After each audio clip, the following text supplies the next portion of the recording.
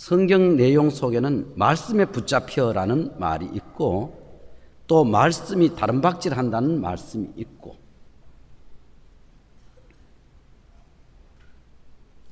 이런 내용들을 더듬어 볼 때 분명히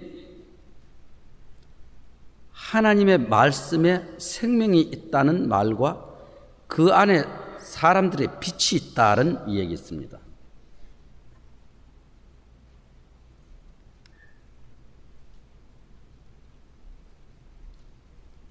어떤 옛사람이 기록해놓은 말 중에 빛을 찾아가는 나의 길에 나의 노래는 어두운 구름 걷어가는 바람이 되라 하는 그런 말이 있습니다. 어릴 때 부른 찬송 가운데도 슬픈 구름 없으니 낮과 같이 밝고 밝은 거룩한 길 다니리 하는 그 어떤 빛에 대한 찬송도 있어요. 어떤 시인이 아까 제가 이 얘기한 그런 표현을 했듯이 빛을 사람은 찾아간다. 우리가 읽은 성경 속에 참빛 곧 세상에 와서 각 사람에게 비치는 빛이 있으나니 하는 이 빛, 흑암에 앉은 백성들에게 큰 빛이 비치었고 한 말, 말씀이 계셨는데 그 말씀이 그 안에 생명이 있고 그 생명은 사람들의 빛이라는 말을 단서를 정해놨습니다. 어떤 동식물들에나 어떤 광물에 자연계에 비치는 빛이 있다면 사람의 양심에 비치는 빛이 있다고 성경은 말하고 있습니다. 그렇기 때문에 어두운 길 환하게 밝았네라고 하는 찬송을 부른 사람이 있습니다. 내가 늘 바라던 참빛을 찾음도 주 예수 내 마음에 오심 하고 부른 사람도 있습니다. 이런 내용을 더듬어 볼 때 성경 말씀이 살아있기에 사람의 영혼 속에 밝은 빛으로 비칠 때에 어두웠던 마음이 사라집니다.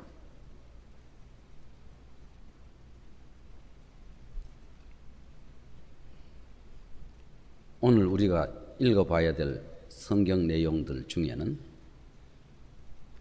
하나님이라는 그분이 어떤 분인가 하는 것도 생각해야 될 시기가 온 것 같습니다.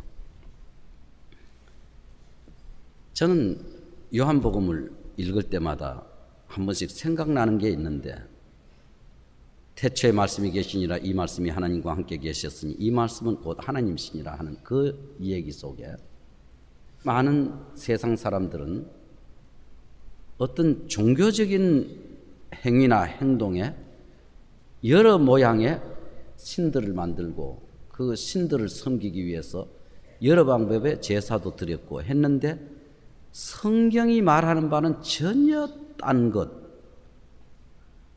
보이지 않는 하나님에 대해서 얘기하고 있는 거예요. 우리 마음이 세상에 의지할 것도 없고 의뢰할 것도 없지만은 가냘픈 풀도 계절에 따라 새로 피어나고 꽃이 피고 하듯이 그것이 동시에 한 포기만 아니라 전체 들이 파릇파릇 살아나듯이 봄 기운이 지나가면 우리의 마음 속에도 어떤 힘이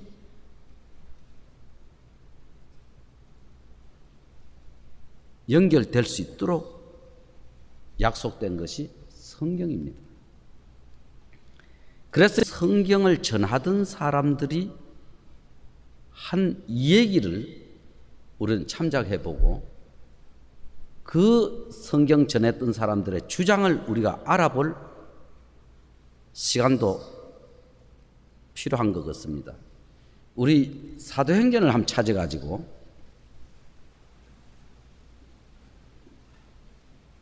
사도행전 17장을 찾아서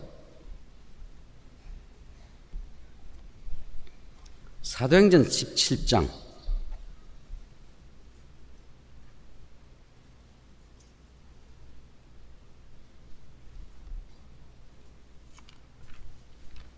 이제 사도행전 17장 16절부터 있는 이 얘기인데 읽기 전에 몇 마디 먼저 말씀드리고 읽겠습니다. 여기에 나오는 아덴이라는 말은 16절에 바울이 아덴에서라는 말이 있습니다. 아테네입니다. 아테네라면 현대인들이 상당히 많이 고대 문명에 접하는 이 얘기 속에 있는 도시입니다. 아테네. 그리스 지역입니다.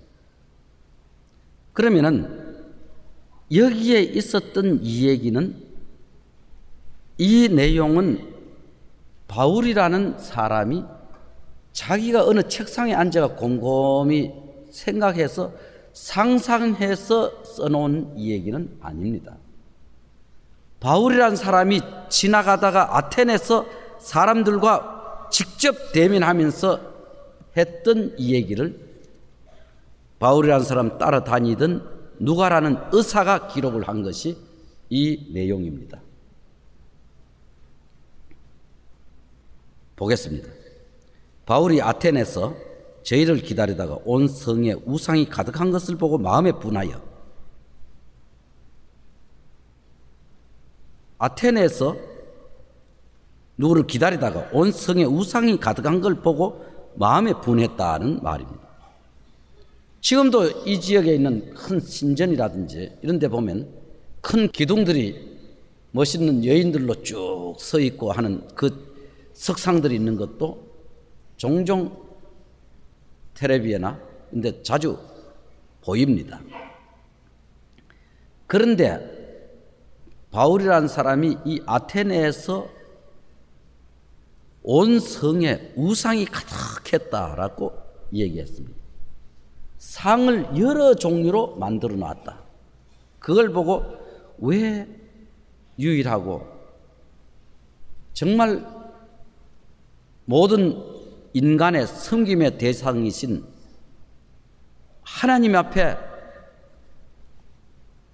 경의를 표할 줄 모르고 왜 사람들이 만들어 따듬어 거기에 절하는지 모르겠다. 뭐 이런 그것을 위해 하는지 모르겠다 하는 마음에서 이 사람 마음은 화가 난 겁니다. 사람들은 우선 안 보이는 하나님에 대한 생각보다는 보이는 것이 더 낫고, 그래서 여기에 많은 조각가들이 만들어 놓은 상 앞에서 위하는 그런 제사 지내는 이런 것들을 바울은 보고 화가 났다는 얘기입니다. 다음 17절. 회당에서 유대인과 경건한 사람들과 또 저자에서는, 지금 말하자면 장터에서는 날마다 만나는 사람들과 변론하니 어떤 에비구레와 스도이고 철학자들도 바울과 쟁론할세, 혹은 이르되 이 말장이가 무슨 말을 하고자 하느뇨 하고, 혹은 이르되 이방 신들을 전하는 사람인가 보다 하니, 이는 바울이 예수와 또 몸의 부활 전함을 인함이러라. 에피쿠로스 철학입니다. 그 다음 스토이고라는 말은 우리말로 표현되었습니다만 스토아 철학입니다. 이 철학자들에게 맞부딪혀서 논쟁을 벌이기도 했습니다. 그런데 바울은 예수와 또 몸의 부활 전함을 인함이라는, 즉 말하자면 사람이 죽고 없어지고 끝나는 것이 아니라 언젠가 사람은 다시 형성된다는 어떤 희망적인 논리를 바울은 전개하고 있었습니다. 사람들이 생각하는 것은 죽어서 썩어버리면 끝이다 하고 생각하는데, 이 바울이라는 사람이 전하는 내용 속에는 천지와 바다와 육지를 지으신 하나님은 인간만 만드셨을 뿐 아니라 인간의 마지막 회복도 있다는 것을 설명하고 있습니다. 그것이 유대인 역사가 가지고 있는 부활의 논리이며, 바울 자신도 구약 성경을 기초로 해서 이러한 주장을 전개하는 사람이었습니다. 부활에 대한 이론을 가지고 있고 하나님의 성령의 힘을 받아서 이것을 설명하는 사람이 되어 있었습니다. 그래서 19절 붙들어 가지고 아레오바고로 가며 말하기를 우리가 너희 말한 이 세교가 무엇인지 알 수 있겠느냐. 바울은 붙잡혔습니다. 끌어가면서 어느 장소에서 아레오바고 하면 그쪽 여행한 사람들은 다 알 겁니다. 가봤거나 했을 겁니다. 도대체 네가 말하는 것이 무엇인지 세교가 무엇인지 알 수 있겠느냐. 너무 새로운 걸 이야기하기 때문에 20절 네가 무슨 이상한 것을 우리 귀에 들려주니 무슨 뜻인지 알고자 하노라 하니 모든 아테네 사람과 거기서 나그네 된 외국인들이 가장 새로 되는 것을 말하고 듣는 이외에는 달리 시간을 쓰지 않음이더라. 역시 인류 역사에 주장하는 최대 철학의 도시였고 이런 배경에서 활동했던 소크라테스, 플라톤의 선생이죠. 이들의 철학이 이 지구상에 현존하고 있는 철학의 기초를 놓은 사람들입니다. 거기에는 사람들의 솜씨로 조각품만 잘 만든 것이 아니라 대단한 철학 사상이 깃들어 있었던 도시였습니다. 그 사람들이 사는 아테네에 모인 사람들은 우리 현존하고 있는 세계로 말하면 아마 뉴욕쯤 될까. 세계의 모든 정치, 뉴스, 모든 초점이 되고 있는 대도시였습니다. 모든 이론과 토론, 사상들 이것이 전개되는 곳이었고 학식 있는 사람들이 많이 모이는 지역이었습니다. 그 사람들은 그야말로 가장 새로 되는 뉴스거리에 관심을 갖고 지낼 때였습니다. 그 다음 22절 바울이 아레오바고 가운데 서서 말하되 아덴 사람들아 너희를 보니 범사에 종교성이 많도다. 이 사람들이 질문하고 네가 무엇을 전하는지 모르겠다 하고 계속 하니까 바울이라는 사람이 서서 이 얘기를 했습니다. 바울이라는 사람은 원래 유대인의 피를 이은 사람이고 소아시아 길리기아에서 난 사람인데 이 사람은 여행이 로마가 지배하는 지배권 내에서 태어났기 때문에 로마 시민권을 나면서부터 가진 사람이었습니다. 그리고 대학자였습니다. 그래서 아테네 사람들에게 말하기를 너희를 보니까 범사야 종교성이 많다. 모든 일에 종교성을 많이 가진 사람들인 것 같다. 왜냐하면 23절 내가 두루 다니며 너희의 위하는 것들을 보다가 알지 못하는 신에게라고 새긴 단도 보았으니 그런즉 너희가 알지 못하고 위하는 것을 내가 너희에게 알게 하리라. 아마 아테네 사람들은 좀 뭔가 여유가 있었던 사람들인 것 같습니다. 이런 신 저런 신 별별 신 모양을 만들어 놓고 거기에 예의를 갖추고 제사를 지내고 하다가 결국은 혹시 빠뜨린 신이 있을까 봐 거기에 문자로 알지 못하던 신에게라고 해서 거기도 단을 세웠다는 겁니다. 섭섭지 하기 위해서. 사람이 정한 신의 이름 가지고는 안 되는데 못 얻어 잡순 신이 화를 낼까 봐 아테네 사람들은 그렇게 안 보이는 신을 모셨던가 봐요. 정말 여유 있는 사람들이 꽤 많죠. 벌 안 받으려고. 그래서 바울 사도는 이 사람들에게 너희를 보니 범사에 종교성이 많다. 두루다니면서 많은 상을 보다가 보니까 알지 못하는 신에게라고 새긴 단도 보았으니 그걸 봤는데 내가 알지 못하는 이 신을 너희에게 알게 하겠다라고 시작했습니다. 한 수 더 뜬 거죠. 24절 우주와 그 가운데 있는 만유를 지으신 신께서는 천지의 주제시니 손으로 지은 전에 계시지 아니하시고 그때 사람들은 이것을 전할 때 바울처럼 이렇게 순하게는 안 전했습니다. 우주와 그 가운데 있는 만유를 지으신 신께서는 천지의 주제시니 손으로 지은 전에 계시지 않는다는 이 말을 덧붙여가 성경에 써 있는 대로 이것이 여호와의 전이다 이것이 여호와의 전이다 하는 거짓말을 믿지 말라 하는 구절까지 겸해서 전했던 것입니다. 이 성전이라는 이 개념은 이스라엘 땅에 가도 회당들 뿐이고 예루살렘이 하나밖에 없다 그랬어요. 성전은 이 지구상에 하나밖에 없습니다. 그런데 각 나라마다 교회마다 예배당 지어놓고 그것을 성전이라고 가르치는 사람들이 많이 있었습니다. 그들에게는 거리낌이 되는 겁니다. 그런데 이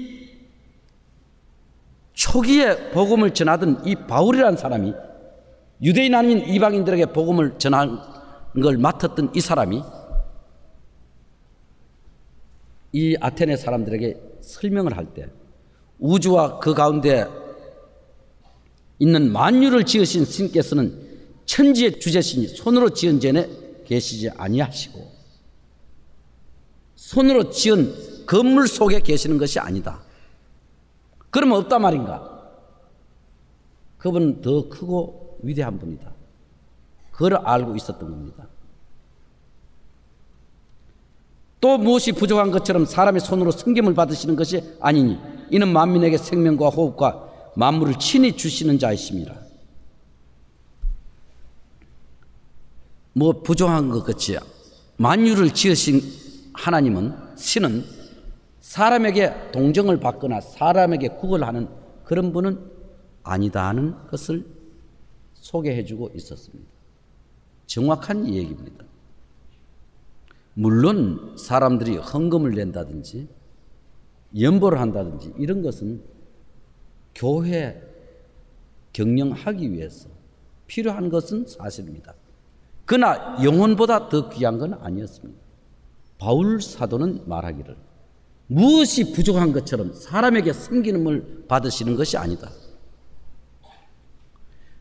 만유를 지으신 신께서는 천지의 주제시니 사람이 지은 전에 계시지 아니하시고 사람으로 손으로 지은 이러한 전에 계시지 아니하다. 이것은 바울 사도 이전에 수세기 전에 있었던 한 사람도 그런 얘기를 했습니다. 이 사람은 전도하라고 하나님이 명령하셨는데도 다른 나라 사람들은 이 전도 받을 필요도 없다 해서 배 타고 도망치던 사람입니다. 이름은 요나라는 사람입니다. 그래서 배전에 들어가 잠을 쿨쿨 자고 있는데 풍랑이 일어나서 야단 법석이었습니다. 배가 곧 뒤집어질 것 같으니까 풍랑 때문에 선장하고 선원들이 다 모여가지고 이거 누구 때문에 이런 일이 있는지 모르지만은 한번 제비나 뽑아보자. 재수없는 일이 왜 오는지 하고 제비를 뽑으니까 하필이면 이스라엘 사람인 요나라는 사람이 딱 걸려버렸어요. 왜냐하면 이 사람은 처음에 배 탈 때부터 하나님께서 어디로 가라 했는데 딴 데로 가기 위해서 배 타고 달아나다가 이 배가 뒤집어질 뻔했고 사람들은 겁이 나서 제비를 뽑아가 누가 일 저질러가 이런가 하고 물어보니까 이 사람 한 대답이 있습니다. 우리 요나서 찾으셨으면 구약성경 1286페이지입니다.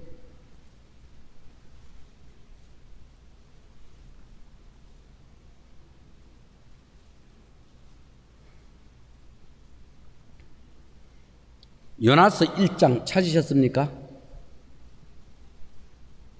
찾으셨으면 4절부터 읽겠습니다. 여호와께서 대풍을 바다 위에 내리시며 바다 가운데 폭풍이 대작하여 배가 거의 깨어지게 되는지라 사공이 두려워하여 각각 자기의 신을 부르고 또 배를 가볍게 하려고 그 가운데 물건을 바다에 던지니라. 그러나 요나는 배 밑층에 내려가서 누워 깊이 잠든지라. 선장이 나가서 그에게 이르되 자는 자여 어찌미뇨 일어나서 네 하나님께 구하라. 혹시 하나님이 우리를 생각하사 망하지 않게 하시리라 하니라. 여기에 보시면은 5절에 사공이 두려워하여 각각 자기의 신을 부르고 또 배를 가볍게 하려고 그 가운데 물건을 바다에 던지고 야단법석이었습니다. 사공들은 자기들이 섬기는 각자의 신들을 불러가면서 살려달라고 아우성인데 이 요나라는 사람 배 밑창에 들어가 자고 있으니까 선장이 이 사람 깨워가 너도 네가 믿는 신에게 부탁 좀 해라. 게으르게 잠만 자지 말고 하고 부탁을 했습니다. 6절 선장이 나가서 그에게 이르되 자는 자여 어찌미뇨 일어나서 네 하나님께 구하라. 혹시 하나님이 우리를 생각하사 망하지 않게 하시리라 하니라. 7절 그들이 서로 이르되 자 우리가 제비를 뽑아 이 재앙이 누구로 인하여 우리에게 임하였나 알자 하고 곧 제비를 뽑으니 제비가 요나에게 당한지라. 참 이상한 일이 생겼지 않습니까? 이 요나 때문에 그랬다 하는 걸 알았습니다. 그래서 8절 무리가 그에게 이르되 청컨대 이 재앙이 무슨 용고로 우리에게 임하였는가 구하라. 네 생업이 무엇이며 어디서 왔으며 고국이 어디며 어느 민족에 속하였느냐. 이거 완전히 신원조에 당한 겁니다. 하나하나 물었습니다. 여기에 네 생업이 뭐냐? 어디서 왔느냐? 고국이 어디냐? 어느 민족에 속했느냐? 이렇게 질문받은 요나는 그가 대답하되 나는 히브리 사람 유대인입니다. 히브리 사람이요 바다와 육지를 지으신 하늘의 하나님 여호와를 경외하는 자루라. 바다와 육지를 지으신 하늘의 하나님 여호와를 경외하는 자루라. 이 사람 똑똑히 자기 위치를 이야기했습니다. 자기가 여호와의 낯을 피함인 줄 그들에게 고함이었으므로 무리가 알고 심히 두려워하여 이르되 네가 어찌하여 이렇게 하였느냐 하니라. 바다가 점점 흉흉한지라. 무리가 그에게 이르되 우리가 너를 어떻게 하여야 바다가 우리를 위하여 잔잔하겠느냐. 그가 대답하되 나를 들어 바다에 던지라. 그리하면 바다가 너희를 위하여 잔잔하리라. 너희가 이 큰 폭풍을 만난 것이 나의 영구인 줄 내가 아노라 하니라. 이 사람은 분명하게 자기를 나타냈습니다. 그만큼 혼쭐이 나는 것은 자기 이유 때문에 그렇다는 걸 밝혔습니다. 저기 좀 벗겠습니다. 이것은 바울이라는 사람의 옛 조상 중에 한 사람도 타민족들에게 둘러싸여가 신문을 받을 때 이런 얘기를 했습니다. 천지와 바다와 육지를 지으신 그분을 믿는 민족의 한 사람으로서 대답을 했던 겁니다. 그래서 바울이라는 이 사람은 아테네에서 어느 신전에서 이런 소리를 질렀습니다. 만유를 지으신 신께서는 천지의 주인이신데 사람의 손으로 지은 전에 계시지는 않는다. 또 무엇이 부족한 것처럼 사람의 손으로 섬김을 받으시는 것도 아니다. 이걸 밝혔습니다. 사도행전 17장 다시 읽읍시다.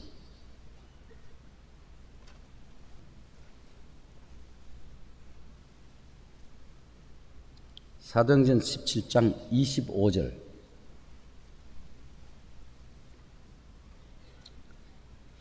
또 무엇이 부족한 것처럼 사람의 손으로 섬김을 받으시는 것이 아니니 이는 만민에게 생명과 호흡과 만물을 친히 주시는 자이십니다. 우리가 이 세상에 태어났을 때 빈손으로 왔다가 빈손으로 가는 몸이 뭔가 움켜잡기 위해서 엄청 노력도 했고 거절로 주어진 공기도 실컷 산소도 마시고 살았고 물도 마시고 살았고 우리는 이 세상의 것을 쟁취하고 살다가 갑니다. 거기에 가득 차게 남은 것 있다면 욕심껏 산 것밖에 남아있지 않습니다. 빈손으로 왔으니 빈손으로 가는 수밖에 없습니다. 그러나 영혼에 저질러 놓은 일들이 너무 많다는 걸 우리는 인식하지 않을 수 없습니다. 그래서 만민에게 생명과 호흡과 만물을 친히 주시는 하나님, 그분을 소개하고 있었습니다. 그 다음에 26절 인류의 모든 족속을 한 혈통으로 만드사 온 땅에 거하게 하시고 저희의 연대를 정하시며 거주의 경계를 하나셨으니 이는 사람으로 하나님을 혹 더듬어 찾아 발견케 하려 하심이로되 그는 우리 각 사람에게서 멀리 떠나 계시지 아니하도다. 우리가 그를 힘입어 살며 기도하며 있느니라. 너희 신 중에도 어떤 사람들의 말과 같이 우리가 그의 소생이라 하니 이와 같이 신의 소생이 되었은즉 신을 금이나 은이나 돌에다 사람의 기술과 고안으로 새길 것들과 같이 여길 것이 아니니라. 알지 못하던 시대는 하나님이 허물지 아니하셨거니와 이제는 어디든지 사람을 다 명하사 회개하라 하셨으니 이는 정하신 사람으로 하여금 천하를 공의로 심판할 날을 작정하시고 이에 저를 죽은 자 가운데서 다시 살리신 것으로 모든 사람에게 믿을 만한 증거를 주셨음이니라. 하나님을 설명하면서 하나님을 말하면서 이 바울이 그들 아테네 사람들에게 가장 새로이 되는 것을 듣는 사람들에게 한 말이 인류의 모든 족속을 한 혈통으로 만드셨다.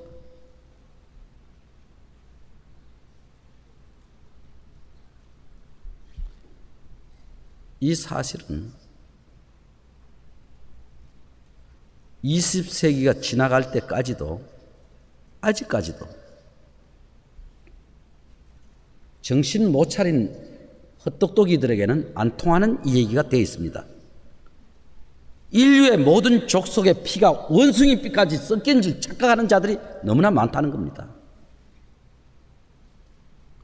인류의 모든 족속의 피는 하나로 통해 있습니다. 어느 민족이든 흑인이든 백인이든 황인종이든 섞으면 사람이 되는 겁니다. 어떤 민족과 어떤 민족은 결혼시키면 안 난다, 그 법칙이 없습니다. 인간은 다 통하게 되어 있습니다. 지금부터 2000년 전에 아테네 신전 앞에서 가장 새로이 되는 소식 중에 하나를 전했습니다. 인류의 모든 족속을 한 혈통으로 만드사 온 땅에 거하게 하시고, 이제 이 사실을 생각해 봅시다. 모든 족속이 한 혈통이란 말 절대로 벗어날 수 없습니다.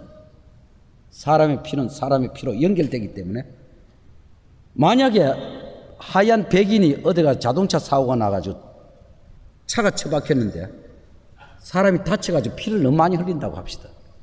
자기가 아무리 하얀 백인이라도 새카만 사람이 와서 피를 넣으면 살아납니다.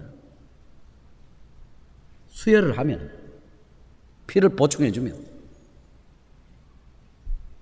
그래서 인간의 피는 다가 하나로 연결되어 있다는 내용입니다.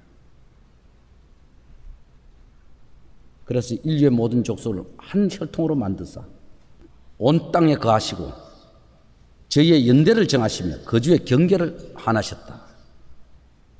언제까지 살지 모르지만 경계가 딱 정해져 있다는 걸 명시하고 있습니다. 이는 사람으로 하나님을 혹 더듬어 찾아 발견케 하려 하심이로되 그는 우리 각 사람에서 멀리 떠나 계시지 아니하도다. 이렇게 하는 이유는 사람으로 혹 더듬어서 하나님을 찾아 발견케 하기 위해서 했는 것이다. 그러나 하나님은 각 사람에서 멀리 떠나 계시지 않다. 사람들은 어떤 공경에 빠졌을 때, 사람들은 어떤 어려울 때, 중병에 걸렸을 때, 혹 내가 어떤 불행이 닥쳐왔을 때 내가 죽는다면 어떨까 하는 가냘픈 마음을 갖게 될 때도 많습니다. 아니면 자기는 괜찮은데 자기 가족 중에 엄청난 위협이 닥쳤을 때 자기 힘으로, 어떤 힘으로도 안 될 때는 신이여 당신이 살아계시면 날 좀 봐주십시오. 사정을. 자기 자식들을 위한 일이나 자기 가족 중에 누구의 일이나 부탁하는 힘이 사람에게 생겨 있습니다. 그래서 그는 우리 각 사람에게서 멀리 떠나지 계시지 않는다고 성경은 말하고 있습니다. 28절 우리가 그를 힘입어 살며 기도하며 있느니라. 너희 시인 중에도 어떤 사람들이 말과 같이 우리가 그의 소생이라 하니, 어떤 시인이 말하기를 우리가 신의 소생이다 하니까 이와 같이 신의 소생이 되었은지 금이나 은이나 돌에다 사람의 기술과 고안으로 생긴 것들과 같이 여길 것이 아니라 사람이 따듬어 만든 곳에 절하고 거기에 빌고 할 게 아니다 그 말입니다. 그 다음 알지 못하던 시대는 하나님이 허물지 아니하셨거니와 이제는 어디든지 사람을 다 명하사 회개하라 하셨으니, 알지 못하던 시대는 하나님이 상관하지 않았다. 그러나 이제는 어디든지 다 전해서 회개하라고 하셨는데 이는 정하신 사람으로 하여금 천하를 공의로 심판을 할 날을 작정하시고 이에 저를 죽은 자 가운데서 다시 살리신 것으로 모든 사람에게 믿을 만한 증거를 주셨음이니라. 정하신 사람, 즉 말하자면 예수 그리스도를 정해놓고 그분을 통해서 온 인류는 대심판의 날이 있다는 것을 여기에 발표하고 있는 것입니다. 왜냐하면 마지막은 그가 심판자이시라고 성경은 말하기 때문에 오늘 그 하나님이 어떤 분인가?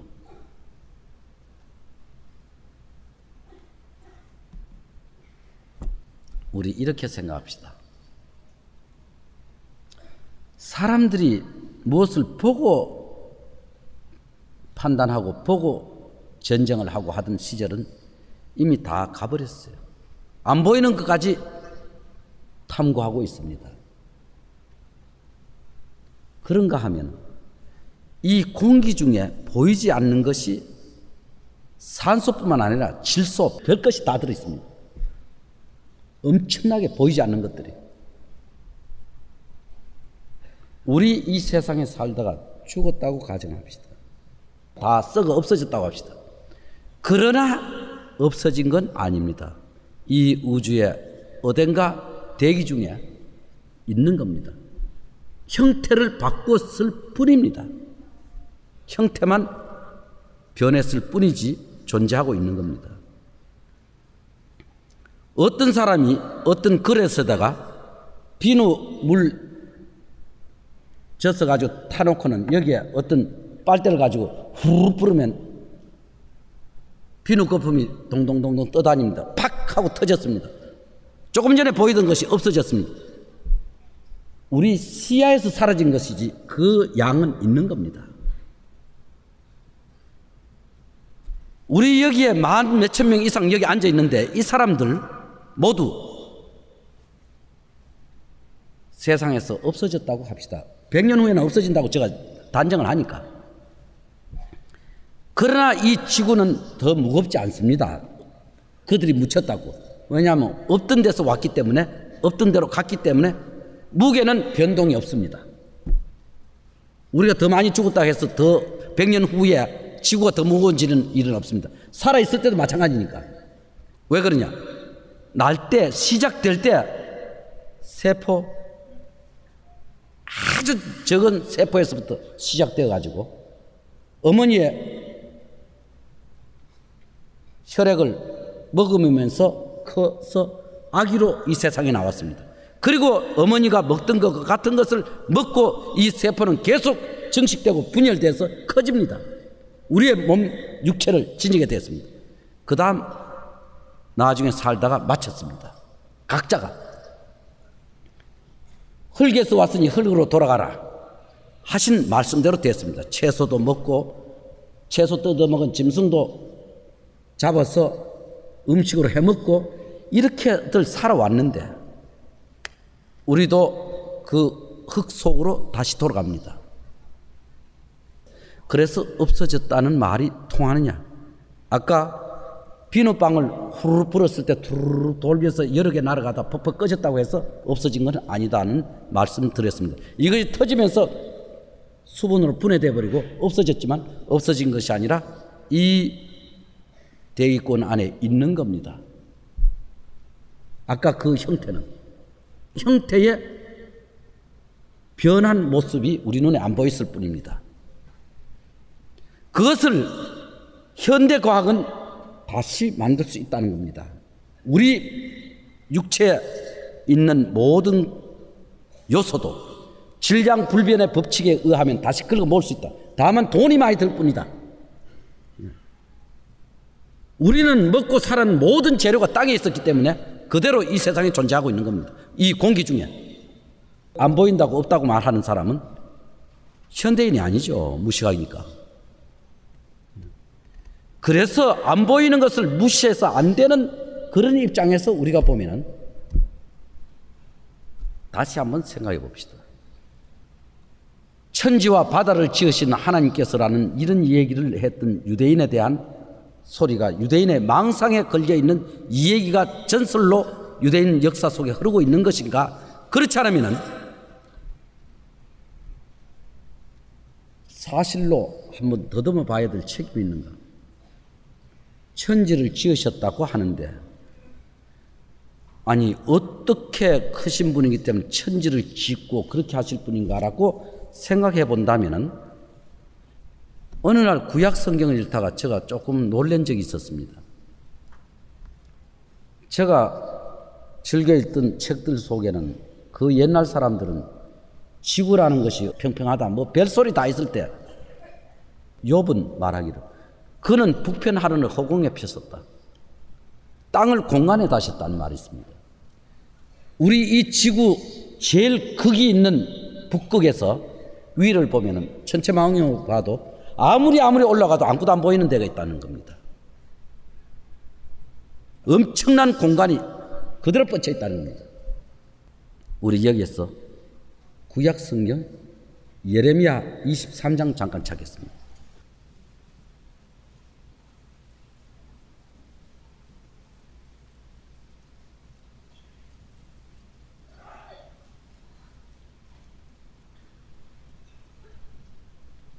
예레미야 23장 찾으셨으면은 아예 기억하기 좋게 예레미야 23장 23절을 읽읍시다.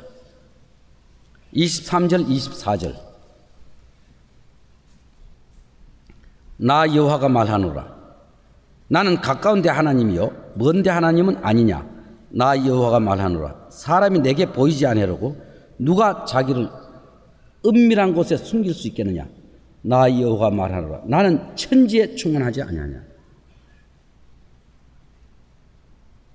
나라고 말하고 있는 여호와 하나님께서 말씀하시기를 당신 자신은 천지에 충만하다, 천지에 꽉 찼다. 우주의 대주제이신 그분은, 우주와 만물을 만드신 그분은 천지에 꽉 메워 계시는 분. 내 가까이 계시도다 하는 그 하나님은 천지의 주제신이 각 사람에게서 멀리 떠나 계시지 아니하도다. 우주에 가득 찬 그분은 사람의 생사고락을 함께하고 있을 뿐 아니라 사람의 운명까지 좌우하는 그분은 너무 멀리 안 계시는 겁니다. 나는 떠나 있다고 하지만 떠나 있는 거 아닙니다. 개미가 돌아다니다 소 귀 속에 들어가가지고 소는 없네, 못 봤네, 끔끔하기만 하네 할지도 모릅니다. 그러나 소는 우매합니다. 그냥 천둥 치는 줄만 알지 개미는 그걸 모릅니다. 사람도 그렇습니다. 소련의 유리 가가린이라는 사람이 인공위성 타고 올라가보고 와서 하는 말이 하나님 안 계시더라 했습니다. 물론 그렇겠죠. 개미 눈에는 소가 안 보이니까. 개미의 눈에는 소는 없습니다. 그러나 소는 있습니다. 우주를 조성하신 하나님이 이 땅을 만드셨을 때 헛되이 만들지 아니하셨다라고 성경은 말하고 있습니다. 사람으로 거하게 지으신 자신이라고 했습니다. 사람이 거기에 살도록 해놨는데 살 일을 못하고 쫓겨나게 되었고 죽음이란 걸 맞게 되었습니다. 사람에게 영원히 살 수 있는 권한까지 줬는데 이 사람이 그것을 박탈당해버렸다 이 말입니다. 원통하기 짝이 없는 겁니다. 그래서 하나님께서 이 땅을 만드시고 그 중앙에 에덴 동산을 만드시고 거기에 생명과실과 선악을 알게 하는 나무도 만드셨는데 네가 임의로 이것을 다 먹을 수 있지만 하나만 먹지 마라. 선악과만. 그것을 하나님이 정해 줬습니다. 그런데 이 엉터리 같은 사람이 선악과 먹어버렸어요. 생명과실을 먼저 먹었다면 얼마나 좋을 뻔했을까. 늙지도 죽지도 않는데 선악과를 먹음으로써 죄인의 원조상이 되어버렸습니다. 이 우주의 창설자는 에덴 동산도 창설하시고 거기에 아담을 세워서 지키게 하셨습니다. 아담이라는 말의 뜻은 사람이란 뜻입니다. 처음 조상의 이름은 아담이었습니다. 우리 다 같이 창세기 2장으로 돌아가겠습니다.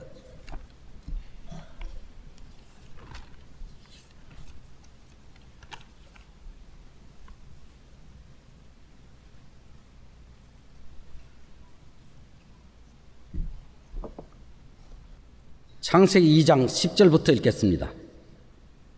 강이 에덴에서 발원하여 동산을 적시고 거기서부터 갈라져 내 근원이 되었으니 첫째 이름은 비손이라 금이 있는 하윌라 온 땅에 둘렀으며 그 땅의 금은 정금이요 그곳에는 베델리움과 호마노도 있으며 둘째 강의 이름은 기온이라 구스 온 땅에 둘렀고 에티오피아입니다. 그 다음 셋째 강의 이름은 히데겔이라 티그리스 강을 말합니다. 아수르 동편으로 흐르며 넷째 강은 유프라데스 강입니다. 유프라데드라. 여호와 하나님이 그 사람을 이끌어 에덴 동산에 두사 그것을 다스리며 지키게 하시고 여호와 하나님이 그 사람에게 명하여 가라사대 동산 각종 나무의 실과는 네가 임의로 먹되 선악을 알게 하는 나무의 실과는 먹지 말라. 네가 먹는 날에는 정령 죽으리라 하시니라. 여호와 하나님이 가라사대 사람이 독차는 것이 좋지 못하니 내가 그를 위하여 돕는 배필을 지으리라 하시니라. 여호와 하나님이 흙으로 각종 들 짐승과 공중의 각종 새를 지으시고 아담이 어떻게 그 이름을 짓나 보시려고 그것들을 그에게로 이끌어 이르시니 아담이 각 생물에 일컫는 바가 곧 그 이름이라. 아담이 모든 육축과 공중의 새와 들의 모든 짐승에게 이름을 주니라. 아담이 돕는 배필이 없으므로 여호와 하나님이 아담을 깊이 잠들게 하시니 잠들매 그가 그 갈빗대 하나를 취하고 살로 대신 채우고 여호와 하나님이 아담에게서 취하신 그 갈빗대로 여자를 만드시고 그를 아담에게로 이끌어 오시니 아담이 가로되 이는 내 뼈 중에 뼈요 살 중에 살이라. 이것을 남자에게서 취하였은즉 여자라 칭하리라 하니라. 이러므로 남자가 부모를 떠나 그 아내와 연합하여 둘이 한 몸을 이룰지로다. 아담과 그 아내 두 사람이 벌거벗었으나 부끄러워 아니하니라. 이제 에덴 동산을 지키고 보호하도록 아담에게 권한을 줬는데 그 동물들의 이름도 아담이 지었는데 아담이 혼자 지낸 것이 적적해 보이셔서 아담이 깊이 잠들 때 갈빗대 하나를 빼서 그것으로서 여자를 만들었다라고 성경은 말합니다. 그 뼈다귀 하나가 어떻게 여자를 만들어? 하지만은 요즘 생명공학이 얼마만큼 발전되느냐 하면은 아기양 둘이느니 요즘 많이 생기죠. 송아지도 똑같은 거 다 생기죠. 어떤 세포의 번식에 의해서 그것들이 생겨나가고 있습니다. 그래서 여기에서 갈빗대 하나로 해와를 만들었다, 이불을 만들었다 하면 안 믿어지면 바보입니다. 하나님이 천지를 창조하신 그분이 사람 하나 만든 것도 사실이었지만 그 이불을 만들 때는 뼈 중에 뼈를 가지고 만들었지 다른 걸로 만들지 않았습니다. 재료가 같아야 되잖아요. 그래서 이브가 만들어졌다고 말합니다. 오늘날 복제 인간을 만들 수 있을 만큼 창조자의 창조력을 도전하려는 것이 인간입니다. 이제 앞으로 세상은 어떻게 될까? 사람은 이 모든 것을 가능케 하려고 노력하고 있는 것이 인생의 역사의 흐름이고 또 과학의 첨단 발걸음의 모습입니다. 그러면 그 옛날 옛적에 하나님이 인간을 창조하셨을 때 첫 번 복제 인간이 있다면 바로 이브입니다. 그런데 약간 다르게 똑같이 만들지 않고 여성을 만들어 주셨습니다. 아담의 갈비뼈로.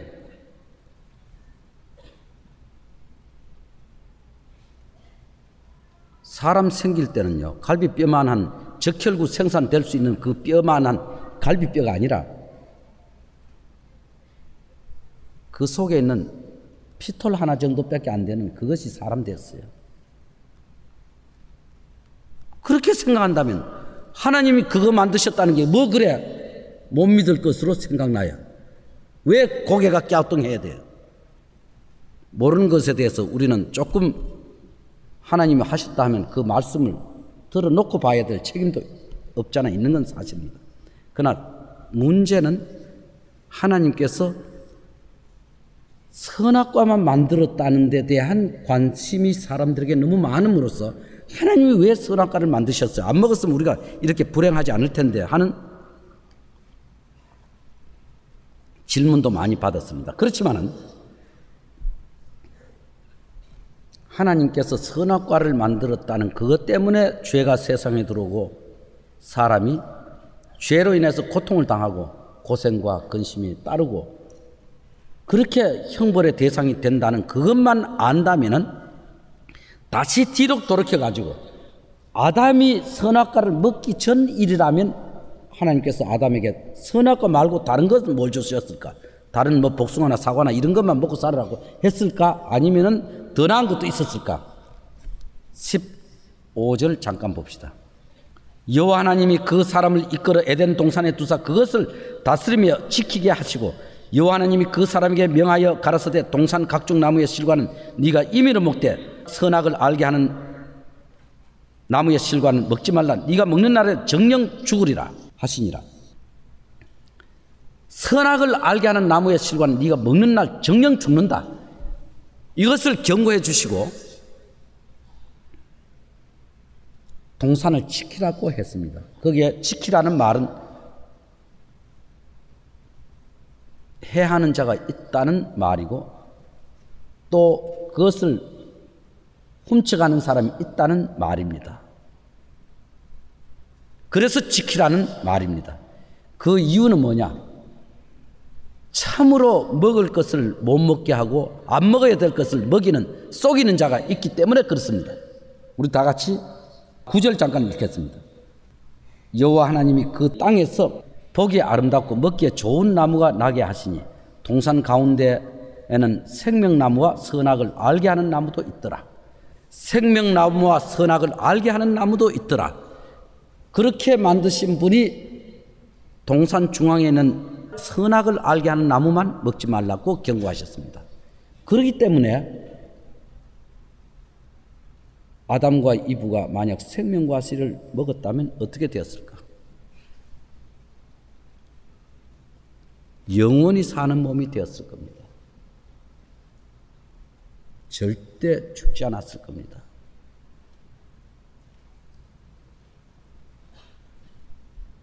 너무너무 오래 사는 생명나무를 먹었다면 그 생명나무는 감춰졌다고 성경은 말합니다. 나중에 열립니다.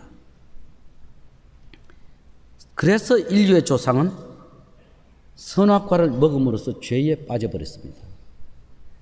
그걸 지키라 했는데 지키지 못하고 속이는 자에게 속음을 당했습니다.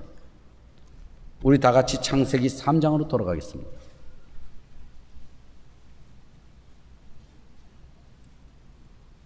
여호와 하나님이 지으신 들 짐승 중에 뱀이 가장 간교하더라. 뱀이 여자에게 물어 가로되 하나님이 참으로 너희더러 동산 모든 나무의 실과를 먹지 말라 하시더냐. 여자가 뱀에게 말하되 동산 나무의 실과를 우리가 먹을 수 있으나 동산 중앙에 있는 나무의 실과는 하나님 말씀에 너희는 먹지도 말고 만지지도 말라. 너희가 죽을까 하노라 하셨느니라. 뱀이 여자에게 이르되 너희가 결코 죽지 아니하리라. 너희가 그것을 먹는 날에는 너희 눈이 밝아 하나님과 같이 되어 선악을 알 줄 하나님이 아심이라. 여자가 그 나무를 본즉 먹음직도 하고 보암직도 하고 지혜롭게 할 만큼 탐스럽게도 한 나무인지라. 여자가 그 실과를 따먹고 자기와 함께한 남편에게도 주며 그도 먹은지라. 이에 그들의 눈이 밝아 자기들의 몸이 벗은 줄을 알고 무화과 나무 잎을 엮어 치마를 하였더라. 그들이 날이 서늘을 할 때 동산에 거니시는 여호와 하나님의 음성을 듣고 아담과 그 아내가 여호와 하나님의 낯을 피하여 동산 나무 사이에 숨은지라. 여호와 하나님이 아담을 부르시며 그에게 이르시되 네가 어디 있느냐? 가로되 내가 동산에서 하나님의 소리를 듣고 내가 벗었음을 두려워하여 숨었나이다. 가로되 누가 너의 벗었음을 네게 과했느냐? 내가 너더러 먹지 말라 명한 나무의 실과를 네가 먹었느냐? 아담이 가로되 하나님이 주셔서 나와 함께 하신 여자 그가 그 나무 실과를 내게 주므로 내가 먹었나이다. 이제 여기까지 잠깐 생각해 보겠습니다.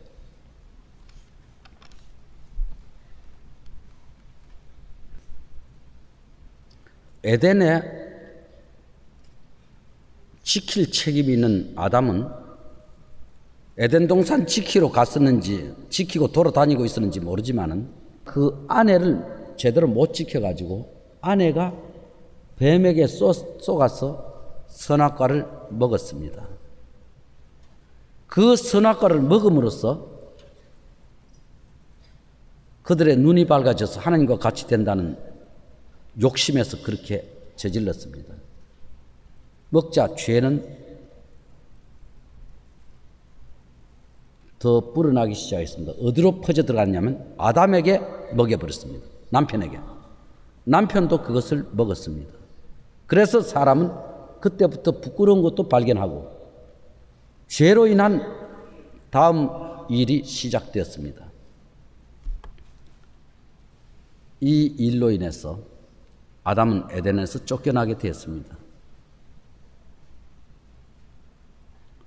쫓겨나게 된 아담은 이 저주된 세상으로 밀려났습니다. 에덴은 감추어 버렸습니다. 그것이 창세기 3장부터 4장까지에 있는 이 얘기 속에 나타난 하나님의 인간에게 향하신 채찍입니다. 그래서 아담이 범죄한 결과 아담의 죄로 인해서 아담의 몸을 통해서 태어나는 모든 인간은 죄인으로 이 땅 위에 등장하게 되는 겁니다. 우리 죄 짓고 싶어 지어본 사람 누가 있습니까? 우리 양심에 죄 안 지어야 되겠다는 마음을 가지는 것이 인생의 본심입니다. 그러나 어떤 일에는 참는 것도 한계가 있다 해서 툭 튀어나오는 습관은 누구나 가지고 있을 수 있는 겁니다. 또 형편상 적당한 거짓말로 자기 모면하는 사람도 많이 있습니다. 또 말 한마디 안 해도 거짓말 시킨 사람들이 있습니다. 왜냐하면 아이 보고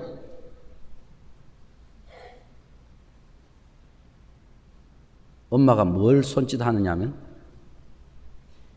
아이가 전화를 받고 나서 엄마 어디 갔어? 저기 보니까 보입니다. 엄마 누가 엄마 찾아요. 그러니까 엄마는 저쪽에서 그러니까 아이는 지금 안 계셔요. 그 다음 너 참 똑똑하구나. 너 다음 만나면 껌 사줄게. 고마워요 아줌마. 그래 놓고는 엄마 어디 가신다든 하니까 애가 고마운 것 때문에 깜빡해져 버리고 엄마 다음에 뭐라고 말해요. 엄마는 아까 이렇게 안 받으려고 거짓말 시키라고 했는데 그게 들통 나버렸어요. 이중죄를 범했습니다. 아기도 그렇고 엄마도 그렇고. 그러면 그런 죄는 하얀 죄, 흰 죄 중에 들어가겠죠. 가벼운 죄니까. 그러나 사람은 그 근본적인 게 있기 때문에 그것이 확대되거나 어떤 국가적인 단위로 커지면 그건 엄청난 죄가 되는 겁니다. 그러나 소시적 죄는 죄가 아닌 것 같기도 합니다. 그러나 죄의 근본은 인간 속에 다 있다는 겁니다. 누구에게나 다 있다는 겁니다. 그래서 한 사람의 범죄로 인해서 많은 사람이 죄인 된 것 같이 이렇게 되어 있습니다. 아담 한 사람으로 죄가 세상에 들어오고 죄로 말미암아 사망이 왔나니 이렇게 표현되고 있습니다.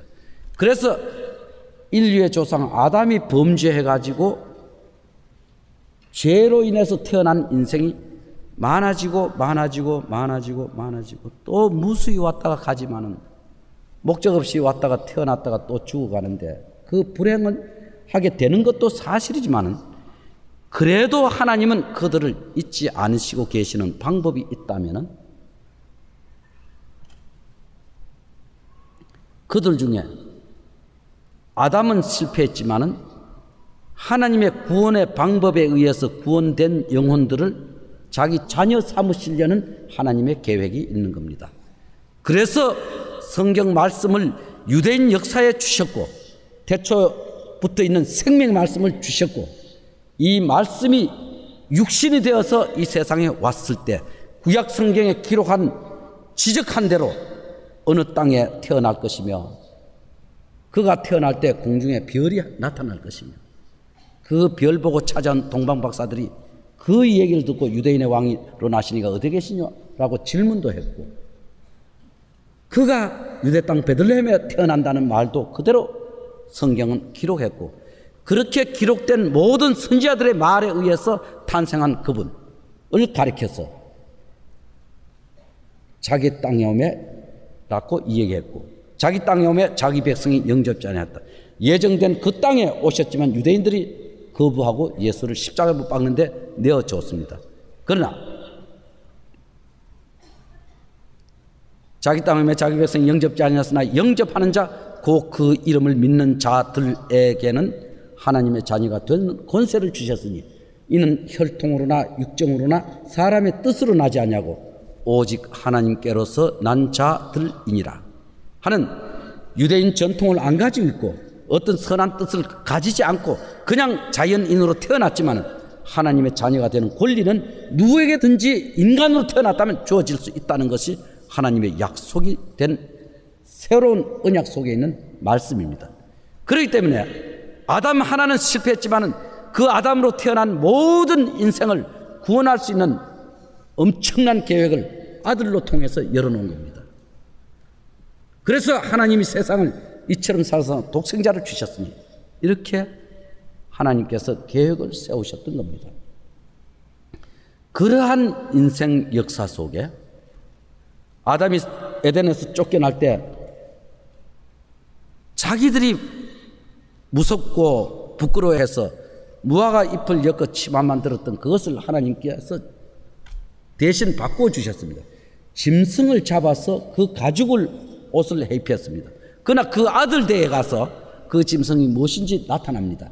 그 아들 아벨은 하나님께 바치는 제사 제물로는 양을 잡아서 드렸습니다. 하나님께서 그것을 먼저 옳게 받으셨습니다.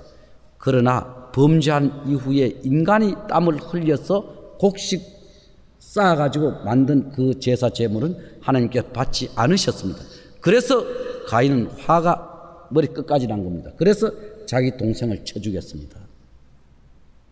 이것이 첫 번 살인입니다. 그리고 첫 번 하나님께 드리는 양으로서 자기를 가리우는 방법을 자기 아버지에게 거듭했던 겁니다. 자기 아버지가 식물로 자기들의 먹이로 될 수 있는 무화과 잎을 가지고 엮어서 자기의 부끄러운 것을 가리었지만은 어머니도 그랬지만 하나님께서는 짐승을 희생시킴으로써 에덴의 피는 쏟아졌고 그 짐승으로 가죽을 입혔기 때문에 아벨은 그것을 가지고 제사를 드렸던 겁니다. 희생을 드렸던 겁니다. 그것은 훗날 인류 역사의 구세주의 모습입니다. 이튿날 요한이 예수께서 자기에게 나오심을 보고 가는데 보라 세상 죄를 지고 가는 하나님의 어린 양이로다 하는 이 말씀을 오를 의자를 자세히 보면 양자 밑에 나아자가 들어있습니다. 아는 하는 자기는 죄인이지만은 아주 앳된 양 밑에 자기가 있다는 것은 양을 보고 하나님께서 그 사람을 보호하신다는 그런 뜻으로서 의인이라는 말을 쓸 때는 양 밑에 자기가 있어야 의인이 됩니다. 중국 사람들이 어떻게 해서 그런 말을 만들었는지 참 의미심장한 글자입니다. 오를 의자는. 이 하나님의 의라는 것을 발표할 때 바로 양의 제사를 드리는 방법을 유대인 역사에 설명해 놨습니다. 그래서 훗날 태어난 예수는 어린 양이라는 말로 표현되고 있습니다.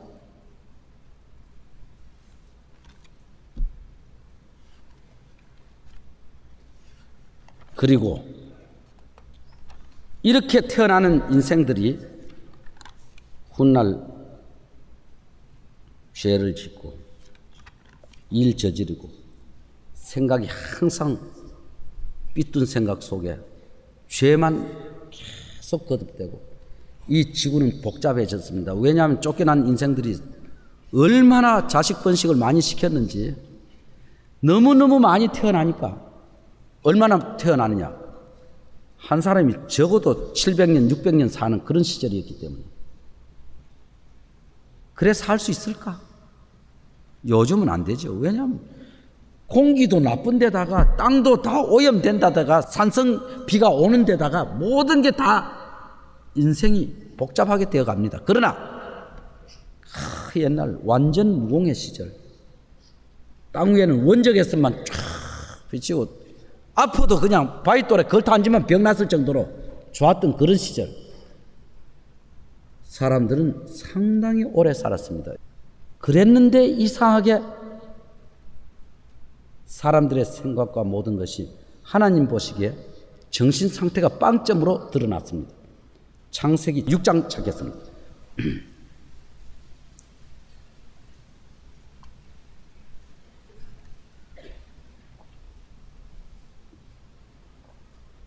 창세기 6장 한 8페이지쯤 되죠. 창세기 6장 5절부터 읽어보겠습니다.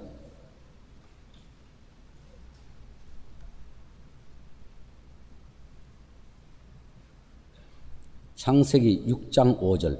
여호와께서 사람의 죄악이 세상에 관영함과 그 마음의 생각의 모든 계획이 항상 악할 뿐임을 보시고 땅 위에 사람 지으셨음을 한탄하사 마음에 근심하시고 가라사대 나의 창조한 사람을 내가 지면에서 쓸어버리되 사람으로부터 육축과 기는 것과 공중의 새까지 그리하리니 이는 내가 그것을 지었음을 한탄함이니라 하시니라. 그러나 노아는 여호와께 은혜를 입었더라. 노아의 사적은 이러하니라. 노아는 의인이요 당세에 완전한 자라. 그가 하나님과 동행하였으며 그가 세 아들을 낳았으니 셈과 함과 야벳이라. 때에 온 땅이 하나님 앞에 폐개하여 강포가 땅에 충만한지라. 하나님이 보신즉 땅이 폐개하였으니 이는 땅에서 모든 혈육 있는 자의 행위가 폐개함이라. 이제 이 사람들 심판받게 되었다는 겁니다. 하나님께서 이 사람들을 너무 악한 생각, 악한 곳으로만 돌아가기 때문에 하나님께서 땅 위에 사람 지으셨음을 한탄하셨다고 6절에 기록합니다. 그래서 7절에 가라사대 나의 창조한 사람을 내가 지면에서 쓸어버리겠다고. 지면에서 쓸어버린다니까 빗자루가 얼마나 크기야. 물빗자루로 쓸어버리신다는 겁니다. 이것이 하나님의 저주의 방법이었습니다. 첫 번. 그래서 노아는 당시에 완전한 사람이었고 그가 세 아들을 낳았는데 셈과 함과 야벳이라고 10절에 말합니다. 알고 보면 이 지구상에 현존하고 있는 인생은 셈에 속했는 족속이거나 아시아 민족들 중에 그와 같이 또 야벳에게 속한 유럽인들, 함에게 속한 아프리카인들 세 종류의 사람들이 이 지구를 장식하고 있는 것은 인류학에서도 벗어날 수가 없는 실질적인 이론이며 실질적인 학설입니다. 이것을 기초로 해서 사람들은 연구하고 있는 겁니다. 여기에서 벗어날 수 없는 겁니다. 그리고 18절. 그러나 너와는 내가 내 언약을 세우리니 너는 네 아들들과 네 아내와 네 자부들과 함께 방주로 들어가고. 그럼 몇 명입니까? 8명이죠. 그 다음 13절, 7장 13절. 곧 그날에 노아와 그 아들 셈, 함, 야벳과 노아의 처와 세 자부가 다 방주로 들어갔고.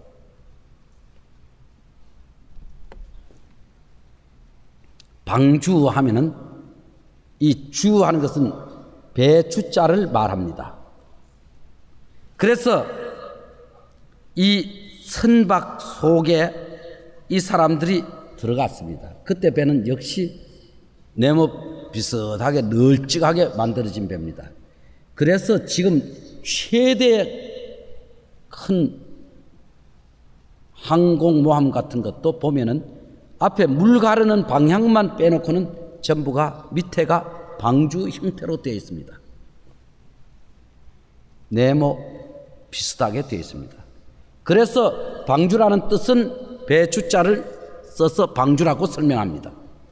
그리고 여기에 13절에 곧 그날에 노아와 그의 아들 셈, 함, 야벳과 노아의 처와 세 자부가 다 방주로 들어갔고 라는 말을 했습니다.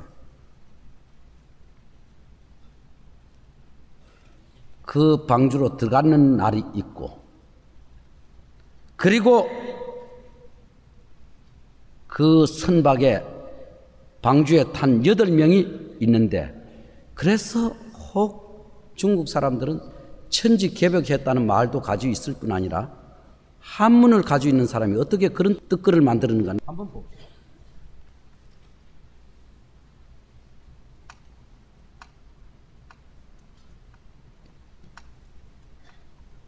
배주자에 8 식구가 탔다. 참 이상하지 않습니까? 8팔자에다가 입구자에다가 배주자를 썼습니다. 그래서 8명이 탔다. 이상한 말 아닙니까? 뭘 알기는 알았는지 도대체 납득이 안 가요. 그러나 성경대로 이날에 노아와 그의 처와 그 다음 맏아들 셈과 그의 처와 그 다음 셈, 함, 그 다음 그의 처, 그 다음 야벳 그의 처, 이렇게 8명이 탔습니다. 그 사람들을 통해서 이 지구의 인간이 번식되었습니다. 노아 홍수 이후에. 그 배는 현재 이란에 있는 아라рат산 어느 중턱에 사람이 올라가기 그렇게 힘드는 어느 만년설 속에 잣나무로 만들어진 그 배가 모퉁이가 한 번씩 보였다가 말았다 하는 그 조각을 가지고 각 나라 돌아다니면서 강연한 사람도 있고 그 배가 거기에 머물렀다는 말이 있습니다. 그 옛날 천지개벽했을 때 물이 다 지구를 덮었다는 얘기입니다. 그때 그 배에 탔던 동물들의 원종들은 그 배에서 내려서 또 생육이 번성하게 되었습니다. 그 홍수 이후에 사람들은 육축도 채소와 같이 먹는 권한을 이 하나님께로부터 받았습니다. 그래서 사람은 초식만 할 때가 아니라 육식도 겸하도록 만들어져 있습니다. 그래서 우리 몸은 육초식을 같이 하도록 만들어져 있습니다. 그러한 인생이 창세기 7장, 8장, 9장, 10장까지 번져나가는 모습들이 나타납니다. 이거는 인류학을 공부하는 사람은 이걸 기점으로 하지 않으면 다 틀려버린 겁니다. 그리고 창세기 11장은 그렇게 홍수로 인해서 다 죽을 뻔했던 사람들이 나와서 자식 번식시키고 사람들이 또 새로 많이 태어나서 한데 우글거리고 살고 있다가 이 사람들은 조상들의 전설에 의해서 알았던 이 얘기가 뭐냐면, 전해지는 이 얘기대로 보면은 조상들이 너무나 많이 물에 빠져 죽었다. 그래서 사람들이 너무 이 지구에서 없어졌기 때문에 우리는 이제는 빠져 죽지 않도록 하자라는 하나님 말씀 거역하는 일을 시작했습니다. 왜냐하면 하나님께서 대홍수를 내리신 이후에 다시는 물로는 이 지구를 덮지 않겠다는 약속을 해 주셨습니다. 무지개를 보이시면서. 그래서 오늘날에도 사람들은 비 오다가 무지개 나타난 거 보면 비는 그쳤다라고 생각합니다. 그런데 창세기 11장은 어떤 위대하다고 자부하는 어느 한 인간이 사람을 집합해가지고 사람을 다스리는 거대한 탑을 만들어서 거기에 사람의 흩어지는 걸 면하기 위해서 모이자라고 해서 바벨탑을 만들고 있었습니다. 이것이 창세기 11장입니다. 그리고 이 온 땅의 언어는 한 가지뿐이었다. 목을 통해서 나오는 소리는, 목을 거쳐서 입 안에서 나오는 이 소리는 온 땅의 구음이 하나요 언어가 하나였더라 하는 이 말은, 사람의 말은 통일이 되어 있었는데 이것이 흐트러졌다는 겁니다. 바벨탑 중지되었기 때문에. 이것이 바로 시날 땅 하면은 이락 남쪽입니다. 그곳에서 이러한 사건이 일어났습니다. 참 이상하죠. 말 안 통하는 어린아이들끼리 각각 다른 나라 애들끼리도 맘 하면 엄마인 줄 알고 파 하거나 아빠 하거나 하면은 아빠인 줄 알고, 그래서 그 옛날 초기에 인간의 말은 같았다는 겁니다. 그래서 살아오면서 말들이 조금씩 바뀌어지고 답답한 말도 많이 생겼죠. 11장 1절 온 땅에 구음이 하나요 언어가 하나였더라. 이에 그들이 동방으로 옮기다가 신할 평지를 만나 거기 거하고 서로 말하되 자 벽돌을 만들어 견고히 굽자 하고, 이에 벽돌로 돌을 대신하여 역청으로 진흙을 대신하고, 또 말하되 자 성과 대를 쌓아 대 꼭대기를 하늘에 닿게 하여 우리 이름을 온 지면에 흩어짐을 면하자 하였더니, 여호와께서 인생들에 쌓는 성과 대를 보시려고 강림하셨더라. 여호와께서 가라사대 이 무리가 한 족속이요 언어도 하나이므로 이같이 시작하였으니 이후로는 이 경영한 일을 금지할 수 없으리로다. 자 우리가 내려가서 거기서 그들의 언어를 혼잡케 하여 그들로 서로 알아듣지 못하게 하자 하시고, 여호와께서 거기서 그들을 온 지면에 흩으신 거로 그들이 성 쌓기를 그쳤더라. 그러므로 그 이름을 바벨이라 하니 이는 여호와께서 거기서 온 땅에 언어를 혼잡게 하셨습니다. 여호와께서 거기서 그들을 온 지면에 흩으셨더라. 그래서 신할 땅, 바벨론 땅 거기에서 다 흩어졌습니다. 왜냐하면 감독자들이 꼭대기에 올라가 벽돌 짊어지고 올라올 사람 기다렸더니 안 올라오니까 소리를 지르는데 말이 틀린 말이 나오니까 알아들을 수 있었어야지. 중간에 오던 사람이 쌀해지면서 가져오라 그러니까 이 사람 말이 가져가라는 말인지 모르고 에라 엎어진 김에 쉬어야 되겠다 하고 내려가 버렸습니다. 전부 이래 되니까 성 쌓던 게 중지돼 버렸어요. 그래서 이 사람들이 뿔뿔이 통하는 것끼리 다 흩어져 갔는데, 이제 갈 필요 있나 여기 그만 모래 주저앉아 살자 하고 모래 그만 다리 뻗치놓고 푹 자고 깨보니까 다 떠나고 없어요. 인간이 이렇게 해서 흩어지는 가운데 그 흩어진 많은 인간 역사 속에 한 족속을 택했습니다. 그래서 이 언어 흩어지자마자 다 흩어져 버렸던 그 많은 민족들 사이에 한 셈족 중에 하나, 셈 계통의 하나를 뽑아서 정한 것이 누구냐 하면 유대민족 조상 아브라함이라는 사람이었습니다. 이제 창세기 12장으로 돌아가겠습니다. 창세기 12장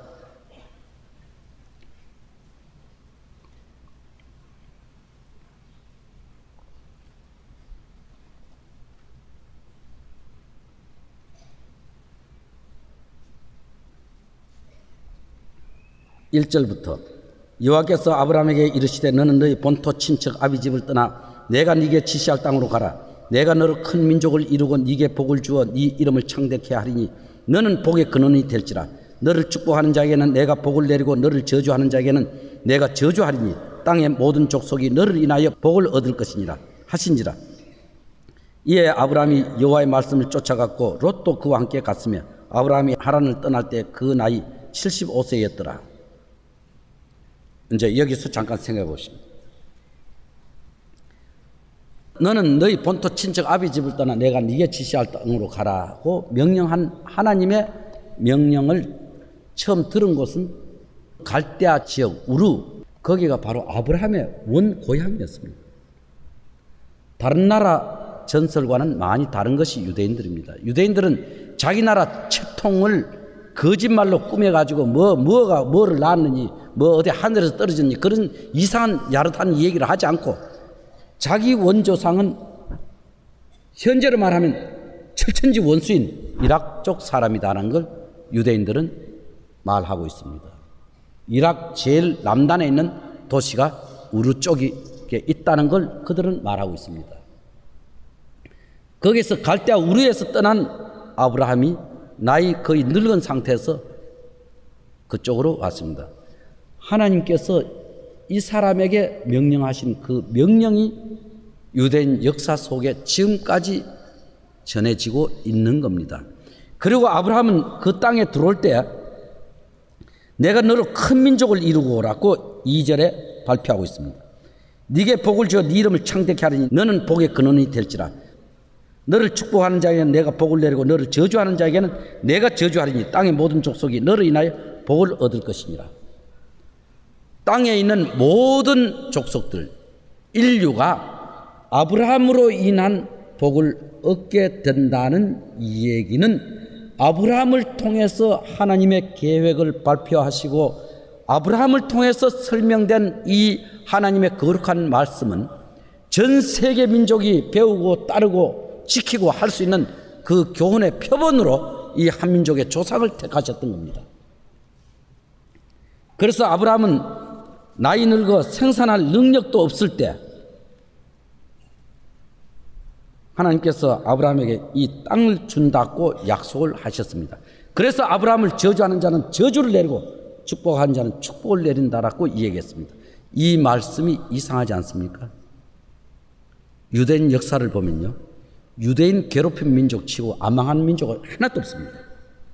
이 지구에 살고 현존하고 있는 나라들이 유대인을 괴롭히면 꼭 그 나라는 흔들리거나 혼쭐이 나는 것이 세계 역사입니다. 히틀러는 무력이나 모든 면에 유럽을 장악할 힘을 가졌던 사람이지만 유대인 밖에 시작하는 이후부터 당하기 시작했습니다. 그리고 가까운 일본에도 이상하게 2차 대전 말기에 갔을 때 일본 사람들은 유대인들을 많이 몰래 히틀러 눈치 안 채이는 곳에서 동맹국이기 때문에 히틀러 눈치 봐가면서 일본은 유대인들을 보호하고 있는 일들이 많았습니다. 그래서 그 당시 2차 대전 다 되어 갈 때 일본에 있던 외국인들은 거의 유대인이었다는 겁니다. 이상하지 않습니까? 그런데 또 일본에서 이상 야릇한 일이 일어난 것은 독일에서 유대인 박해 시작됐다는 이 얘기를 들었을 때 일본의 어떤 응변가는 그렇게 말했습니다. 가가와 도요히코라는 하천풍원이라는 사람인데 독일은 망한다라고 해버렸어요. 그래서 이 사람 감옥을 안 갈 수가 없었습니다. 사선을 넘어서라는 글을 쓴 사람인데 참 대단한 사람입니다. 그런데 이 사람이 독일 망한다 했음으로써 일본 정부가 볼 때는 일본도 망한다는 뜻입니다. 연합국이기 때문에 일본, 이탈리아, 독일이 연합국이었기 때문에 아시아는 일본이 맡고 아프리카는 이탈리아에게 맡기고 유럽은 독일이 맡아서 정리해 나가기 시작한 것이 지구 정복꿈이었던 겁니다.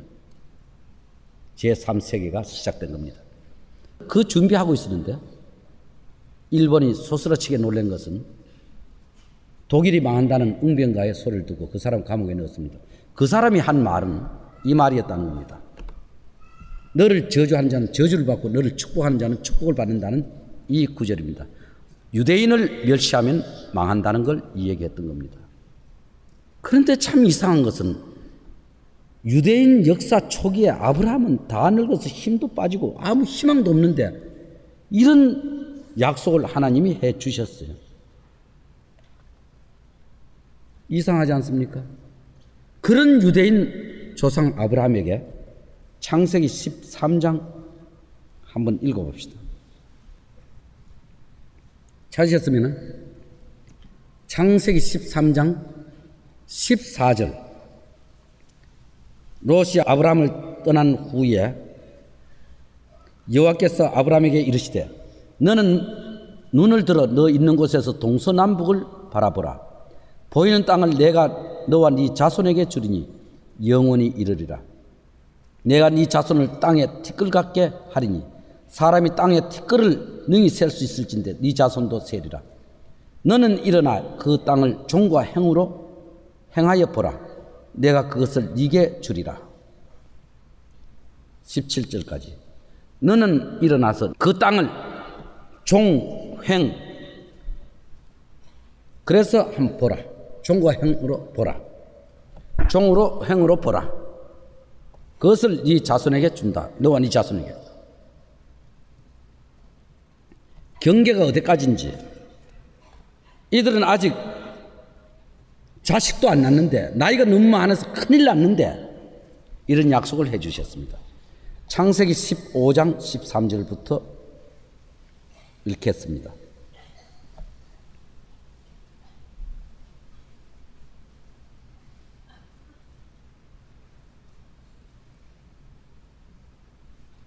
창세기 15장 13절. 여호와께서 아브라함에게 이르시되 너는 정녕 알라. 네 자손이 이방에서 객이 되어 그들을 섬기겠고 그들은 400년 동안 네 자손을 괴롭게 하리니 그 섬기는 나라를 내가 징치할지며 그 후에 네 자손이 큰 재물을 이끌고 나오리라. 너는 장수하다가 평안히 조상에게로 돌아가 장사될 것이요 네 자손은 4대 만에 이 땅으로 돌아오느니. 참 이상한 얘기 아닙니까? 꿈 같은 얘기. 아브라함 나이 많아가 자식 생산 가능성도 없는데 이것을 약속하니까 아브라함은 도저히 자신 없어서 자기 부인 말 듣고 자기 부인의 몸종으로 데리고 있는 하갈이라는 여인을 통해서 아들을 낳는데 그 이름은 이스마일입니다. 지금도 아랍에는 지도자들이나 이 유명한 사람들 중에는 이스마일이라는 이름을 가진 사람이 상당히 많습니다. 그들도 아브라함의 피를 이은 사람이 많습니다. 그러나 약속된 약속의 자녀는, 약속의 아들은 이삭뿐입니다. 아브라함이 바빠서 아이 하나 낳아가지고 에집트 쪽으로 역사적인 어떤 지도자들이 되었지만은 또 에집트 쪽에 이스마엘이라는 그런 지역도 생겼고 다 하지만은 하나님께서 아직 허락하지 않았던 이삭이라는 아들은 그였고 후에 낳습니다.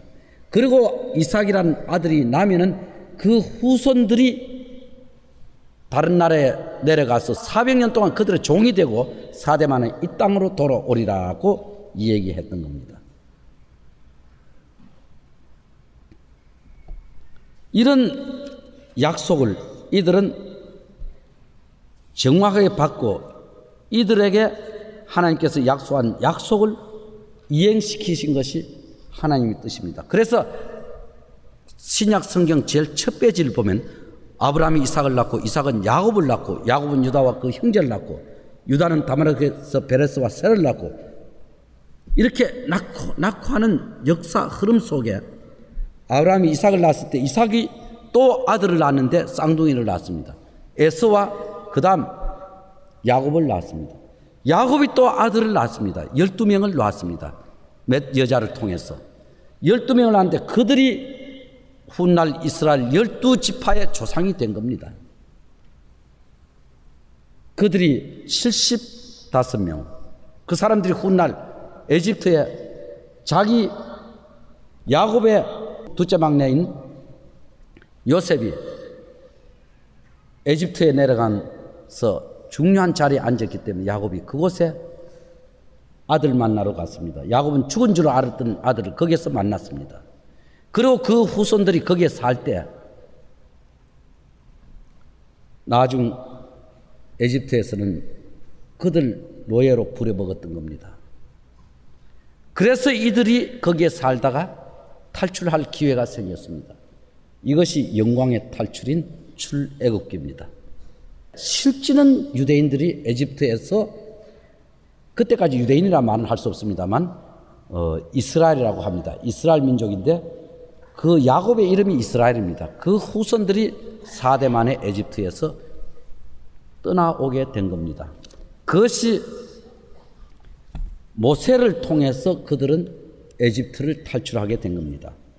그 역사가 바로 이스라엘의 시작 준비였습니다. 그것이 하나님의 계획이었습니다. 왜냐하면 그들이 4대 만에 그곳에 돌아온다고 하나님이 약속을 해놓으셨기 때문에 그 약속된 대로 된 겁니다. 다 같이 출애굽기 12장을 보겠습니다.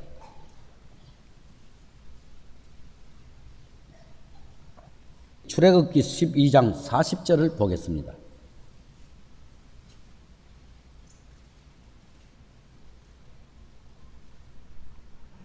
찾으셨으면은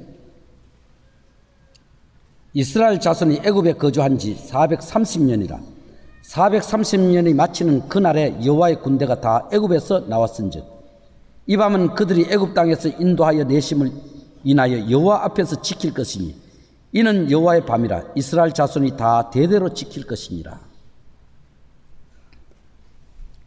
이 사람들이 4대 만에 그들이 처해있던 에집트 땅에서 탈출하기 시작했습니다. 그것이 유대가 홍해를 건넌 일이었고 그들이 자기 조상들에게 약속해 주셨던 그 땅이고 팔레스타인 원주민이 살던 땅인데 아브라함이 옛날에 사놨던 땅도 있고 또 아브라함이 무덤으로 사용할 땅도 사용했는데 요셉은 그곳에 안치시키기 위해서 후손들이 그의 부탁대로 메고 나온 겁니다. 그래서 에집트에서 물러나온 유대인들이 가나안 땅에 들어갈 준비 과정에서 방황하기 시작하고 다른 족속들과 싸우느라고 40년간 걸린 것이 광야 40년 생활이었습니다.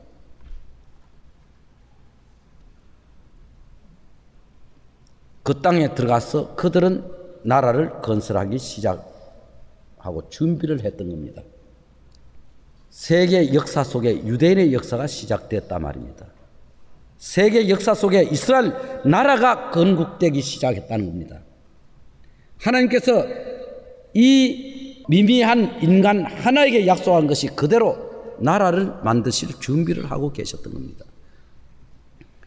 그 나라가 지금 현존하고 있습니다. 나라로 등장되어 있습니다. 2000년 만에 자기 조국을 찾았고 1948년 5월 14일 날 독립했습니다. 그 나라가 현재 세상에 머물러 있다는 건 아무나 가볍게 생각할 문제는 아닙니다. 이렇게 물러온 이 사람들이 광야 생활에 익숙해지고 또 가나안 땅에 들어가게 되고 그곳에 들어가서 하나님께서 원치 않는 왕을 하나 뽑아달라고 부탁하고 그 왕이 먼저 시작되기는 했지만 사울이라는 사람이 왕이 되었습니다. 하나님께서 이 사람을 못마땅하게 생각하셨습니다. 그였고 제외하고 나중에 다윗이라는 사람을 왕으로 세웠습니다. 그 다윗이라는 사람이 이스라엘 왕이 되었다가 다윗의 아들 솔로몬 왕 때 나라가 흔들리기 시작했습니다. 세금 너무 많이 징수했다든지 솔로몬 때에 솔로몬의 부하 중에 여로보암이라는 사람이 반역의 계획을 갖고 움직였습니다. 그리고 솔로몬의 아들 르호보암이 왕권을 잡았을 때에 백성들이 솔로몬 아들 르호보암에게 세금 문제나 이런 걸 다 부탁하고 좀 사정을 했을 때 솔로몬 아들 르호보암은 나이 든 정치인들에게 묻지 않고 젊은 자기 동료들에게 물었다가 나라가 흔들리기 시작한 겁니다. 그래서 나라는 여로보암을 통해서 두 쪽으로 갈라져 버렸습니다. 그래서 남쪽 유다, 위쪽 북쪽으로는 바로 이스라엘로 갈라져 버린 겁니다. 여로보암이 차지해 버렸습니다. 남쪽은 조금 두 지파만 가지고 유다를 유지하고 있었습니다. 이러한 역사가 시작된 것을 다윗 때의 통일 왕국 시대라고 한다면 그 아들, 그 손자 르호보암 때는 분열 왕국 시대가 되었습니다. 그리고 750년 예수 오시기 750년 전 이스라엘은 포로 잡혀가 버렸습니다. 100년 후에 또 유다가 포로 잡혀갔습니다. 나라는 그래서 흔들려버리고 남은 자들만 조금 이스라엘 땅에 남아있었던 겁니다. 여기까지 역사를 한번 더듬어 봅시다. 대개 홍수 전 시대 이야기였습니다. 노아까지. 그 다음 홍수 후의 역사가 설명되었습니다. 그 다음 아브라함 때 목장 시대가 시작됐습니다. 목축 시대가. 그 다음 광야 시대가 시작됐습니다. 그 다음 가나안 정복 시대가 시작됐습니다. 그 다음 통일 왕국 시대가 시작됐습니다. 그 다음 분열 왕국 시대가 시작됐습니다. 그 다음 포로 시대. 그 다음 그들이 돌아오던 시대가 있었습니다. 에스라, 느헤미야 이때에 돌아왔을 때는 그들이 자기 조국을 지배하려 했지만 그때는 벌써 늦었습니다.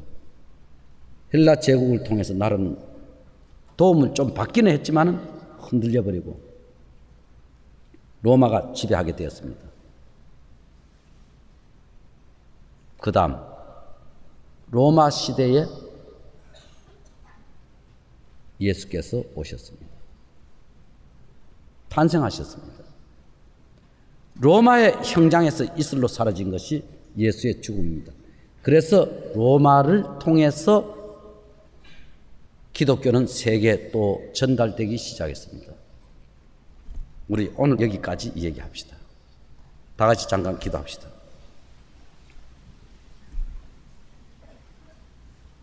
하나님, 감사합니다.